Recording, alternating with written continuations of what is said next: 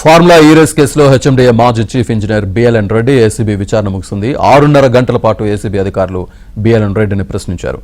స్టేట్మెంట్ను రికార్డ్ చేశారు.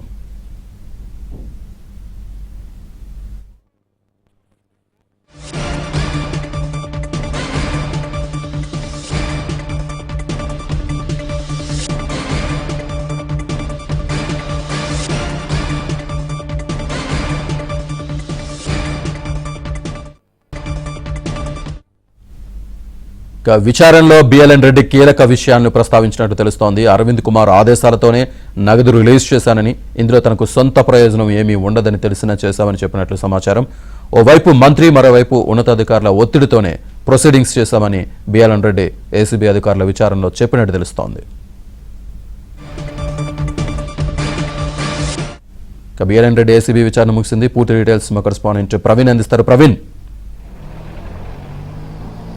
హెచ్ఎండిఏ మాజీ చీఫ్ ఇంజనీర్గా పనిచేస్తున్నటువంటి బిఎల్ఎన్ రెడ్డి ఈరోజు ఉదయం 10 గంటలకు విచారణకు హాజరయ్యారు. దాదాపు 6.5 గంటలకు పైగానే ఏసీబీ అధికారులు విచారణ జరిపి స్టేట్మెంట్ రికార్డ్ చేయడం జరిగింది. బిఎల్ఎన్ రెడ్డి స్టేట్మెంట్లో చాలా కీలకమైనటువంటి అంశాలు కూడా వెలుగులోకి వచ్చినట్లు సమాచారం అందుతుంది.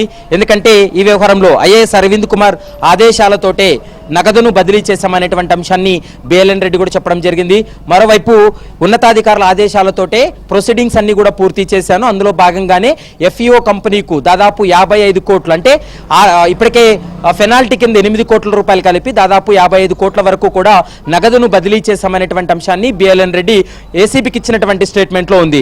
మరొక అంశం ఏంటంటే, ఒకవైపు మంత్రి, మరొక వైపు ఐఏఎస్ అధికారి అరవింద్ కుమార్ ఒత్తిడికి గురి చేయడం వల్లనే ఇదంతా కూడా పూర్తి చేశాము, నిబంధనలకు విరుద్ధంగా ముందుకు వెళ్ళామనేటువంటి అంశాన్ని బిఎల్ఎన్ రెడ్డి కూడా చెప్పినట్లు సమాచారం అందుతుంది. మరోవైపు ఇలా నిబంధనలకు విరుద్ధంగా ప్రొసీడింగ్స్ పూర్తి చేసిన, నిబంధనలకు విరుద్ధంగా నగదు బదిలీ చేసిన భవిష్యత్తులో ఇబ్బందులు తలెత్తుతాయని తనకు ముందే తెలుసని, కానీ అప్పటి పరిస్థితుల వల్లనే చేయాల్సి వచ్చింది అనేటువంటి అంశాన్ని కూడా బిఎల్ఎన్ రెడ్డి తన విచారణలో కూడా వెల్లడించినటువంటి పరిస్థితి కనపడుతుంది. మరోవైపు ఏసీబీ అధికారులు ఎప్పుడు విచారణకు పిలిచినా తాను విచారణకు సహకరిస్తాను, అడిగినటువంటి ప్రశ్నలన్నిటికీ సమాధానం చెప్తానంటూ కూడా బిఎల్ఎన్ రెడ్డి ఏసీబీ అధికారులతో మరోసారి చెప్పాడు. మరోవైపు ఈడీ అధికారులు కూడా నిన్న సుదీర్ఘంగా విచారణ జరపడం జరిగింది. 2 రోజుల క్రితం ఈడీ అధికారులు దాదాపు 6 నుంచి 7 గంటల పాటు విచారణ జరిపినటువంటి సమయంలో కూడా అతను కొన్ని అంశాలను ప్రస్తావన చేశారు. అంటే ఈడీ విచారణలో ఏవైతే ఆర్థికపరమైనటువంటి లావాదేవీలు ఉన్నాయో, విదేశీ కంపెనీకు నగదు జమ చేశారో, వీటికి సంబంధించే బిఎల్ఎన్ రెడ్డి నుండి ఈడీ అధికారులు ఆరా తీసి ప్రశ్నించడం జరిగింది. కానీ ఏసీబీ అధికారులు అయితే మాత్రం ప్రొసీడింగ్స్ దగ్గర నుంచి హెచ్ఎండిఏ రికార్డ్స్ వరకు మొత్తం కూడా ముందు పెట్టి ఈరోజు విచారణ జరిపారు. 6.5 గంటల పైగా విచారణ జరిపారు. కొద్ది నిమిషాల క్రితమే బిఎల్ఎన్ రెడ్డి యొక్క విచారణ ముగించుకొని తాను కూడా వెళ్ళినటువంటి పరిస్థితి కూడా స్పష్టంగా కనపడుతుంది. ఎప్పుడు విచారణకు ఆదేశించినా విచారణకు అందుబాటులో ఉండాలంటూ కూడా ఏసీబీ అధికారులు బిఎల్ఎన్ రెడ్డి కూడా చెప్పినటువంటి మాట.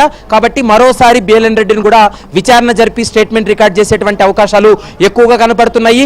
సంక్రాంతి తర్వాత మరోసారి కేటీఆర్కు, తర్వాత ఐఏఎస్ అధికారి అరవింద్ కుమార్కు, బిఎల్ఎన్ రెడ్డికి ముగ్గురికి కూడా 3 రోజుల పాటు మరోసారి నోటీసులు జారీ చేసి విచారణ జరపాలనేది ఏసీబీ భావిస్తుంది. ఈ రోజు విచారణ జరిపినటువంటి విచారణలో చాలా కీలకమైనటువంటి అంశాలు వచ్చాయి. కాబట్టి బిఎల్ఎన్ రెడ్డి చెప్పినటువంటి స్టేట్మెంట్ ఆధారంగా చేసుకొని అరవింద్ కుమార్ని కావచ్చు, మరోవైపు కేటీఆర్ను కూడా క్వశ్చన్ చేసే అవకాశం ఉంది. ప్రస్తుతం మనం చూస్తున్నాం బిఎల్ఎన్ రెడ్డి విచారణ ముగించుకొని వెళ్తున్నటువంటి విజువల్స్ ఏబిఎన్ స్క్రీన్ పైన ఎక్స్క్లూజివ్గా చూస్తున్నాం. బిఎల్ఎన్ రెడ్డి కూడా ఇప్పుడే విచారణ ముగించుకొని వెళ్తున్నటువంటి విజువల్స్ కూడా మనం చూస్తున్నాము. ఎగ్జాక్ట్గా 6.5 గంటల పాటు బిఎల్ఎన్ రెడ్డిని కూడా విచారణ చేశారు.